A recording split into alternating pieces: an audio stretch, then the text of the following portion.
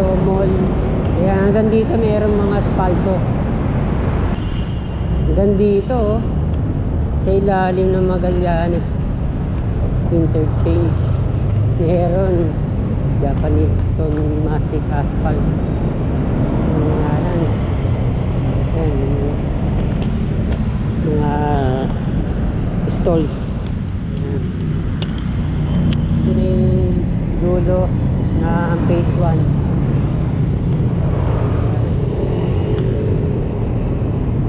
Ganito pa rin halos.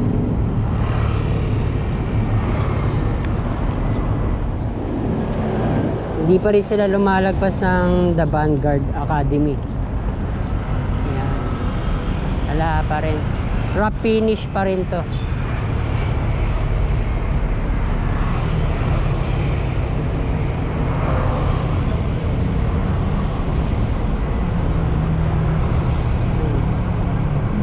At dito wala nang mga malalaking drainage cover.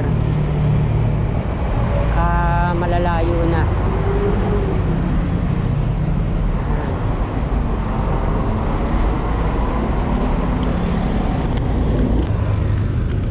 Walang masyadong ano dito pagbabago.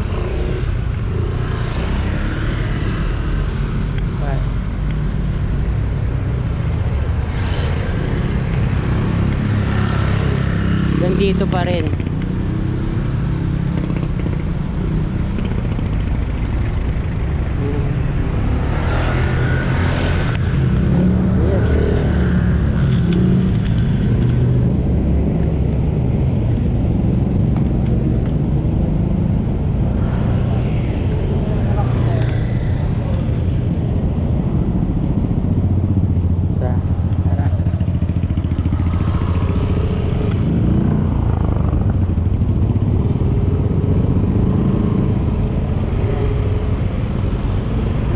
Ilalagay yung mga takip ng drainage.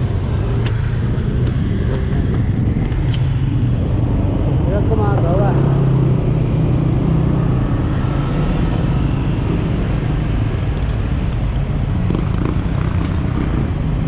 Oh, grabe ang init.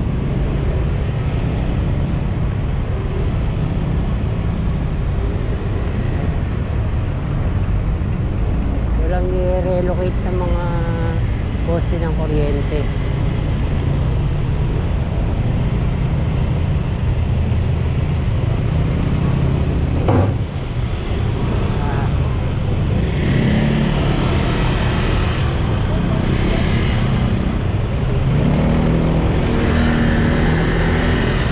Ganito pa rin.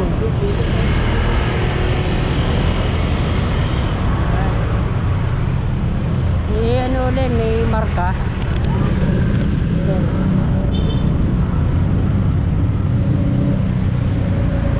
Kaya nilagyan din ng mga marka.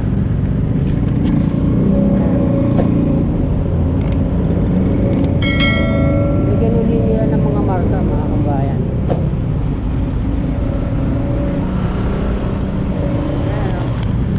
Ganito pa rin na halos.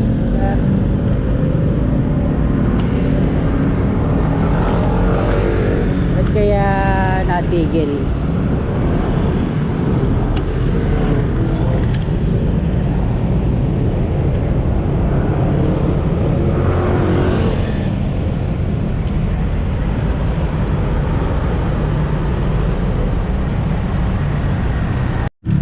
Natin dito ganito pa rin. Baka doon malapit sa Buendia yung mga gumagawa.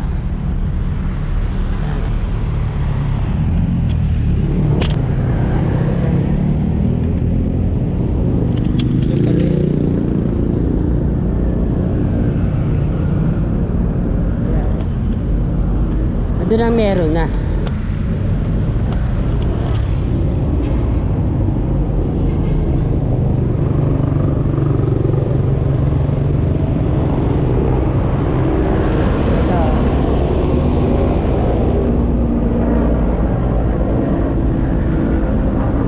Laki na inilapad dito.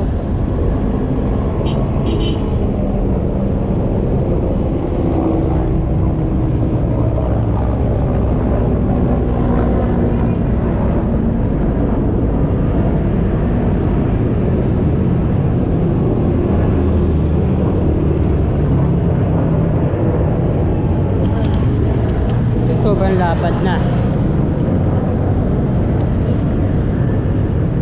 Ayan. Naglalagay pa sila ng mga marka. Parang saan kaya to?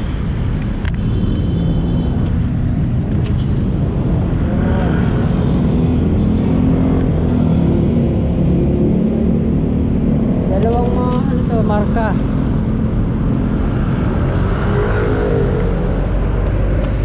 Ayan, marami na ano dito na sementuhan. Pero mga ano pa lang, wrap finish pa lang. Wala pa talaga yung pinaka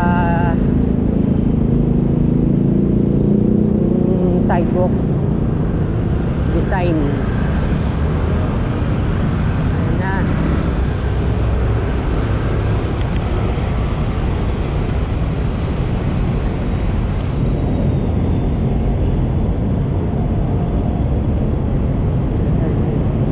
Tapos dito yung medyo lumiit na.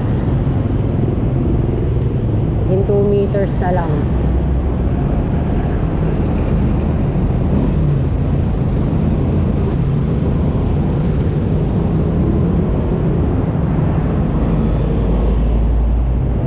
Ito mayroong mga gumagawa.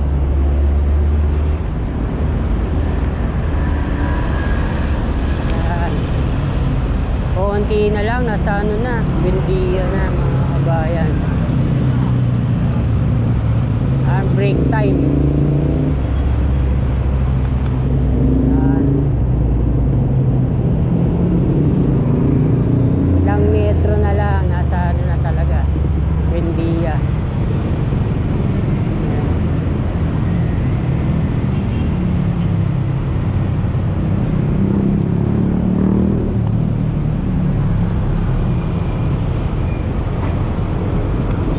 Bumaba na yung diesel, yung 139 at 123. Diba? Itong Buendia rin hindi pa ina-upgrade.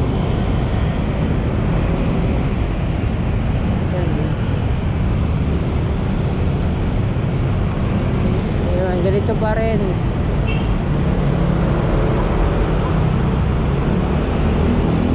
Pa lagyan pa lang nila ng mga cones, naka inuka tong Japanese asphalt.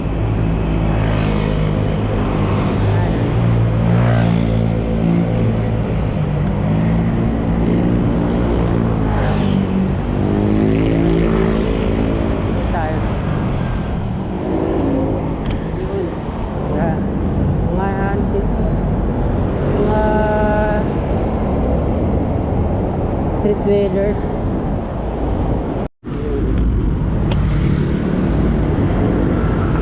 Mga coast malapit na sa ano, Buendia. Yan.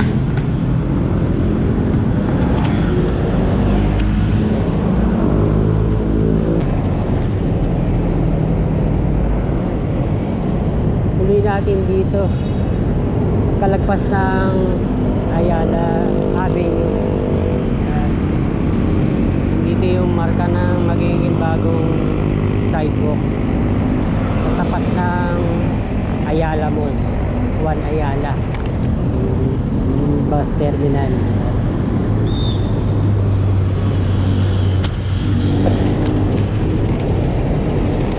Ayan.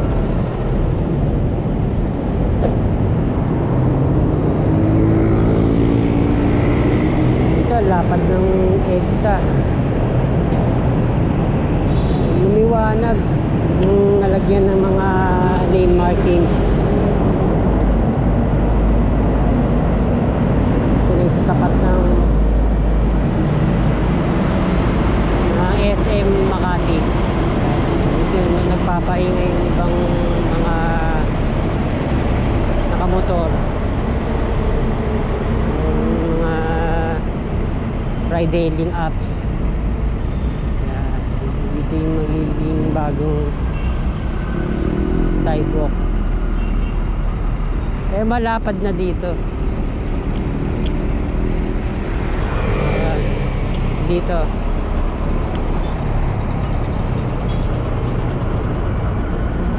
Ito na yung sobrang taas na sidewalk.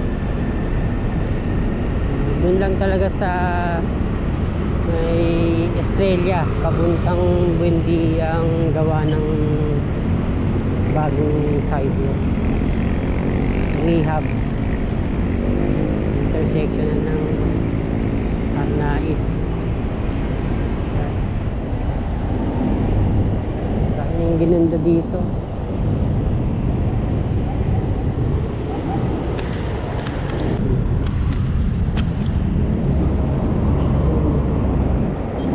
Magpas tayo ng Arnais Street Avenue.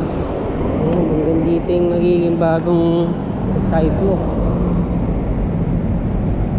Babawasan ng lagpas ng kalahating lane ang EDSA. Grabe yung taas ng ano dito ng sidewalk. Saka ano lang, maliit lang. Pag nagawa na yung bago, doon na lang, nasa 1.5 lanes na lang ang EDSA pagdating dito.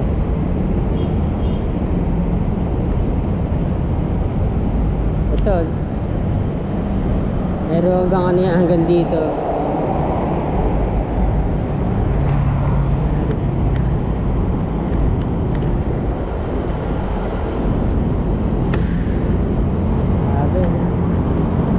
Mga pader sobrang tataas. Update natin hanggang doon sa may ilalim ng Magallanes interchange. Tingnan natin kung nilagyan din ng Japanese na asphalt. Dito rin ang lapad. Halos 4 meters nagiging bago.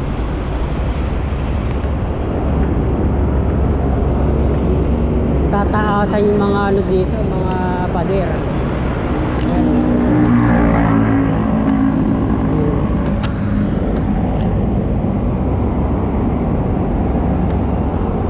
Ganda pa rin ang kulay ng asfalto.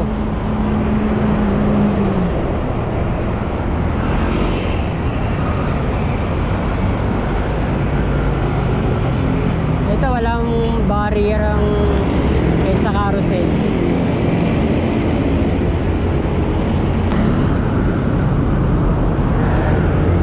Ito pa, may nagtitira pang mga ganito designated na bus stop waiting shed. May mga street vendors sa, ano, no, sa gitna ng EDSA. Wala pa, hindi pa nag-uumpisa yung stasyon ng EDSA busway sa Magallanes. Wala pang construction.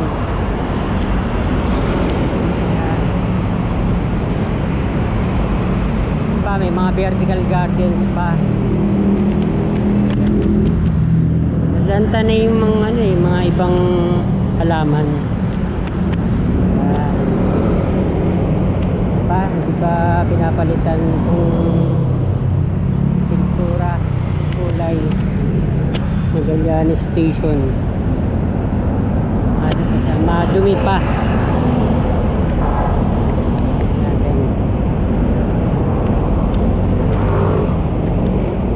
Ecology Village.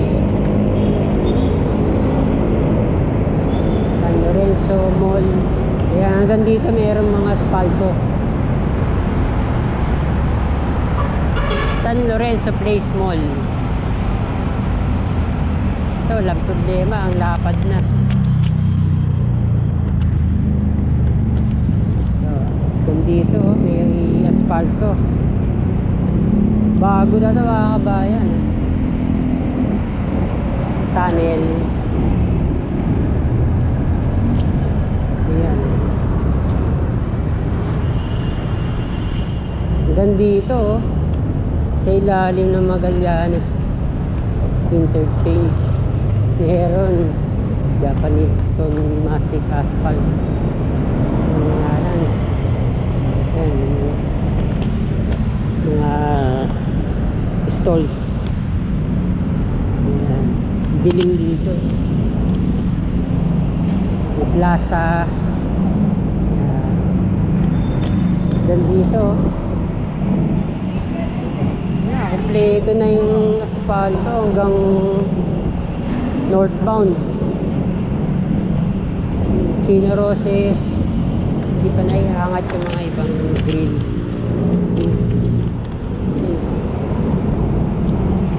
Gano siya pero pwede. Southgate Mall.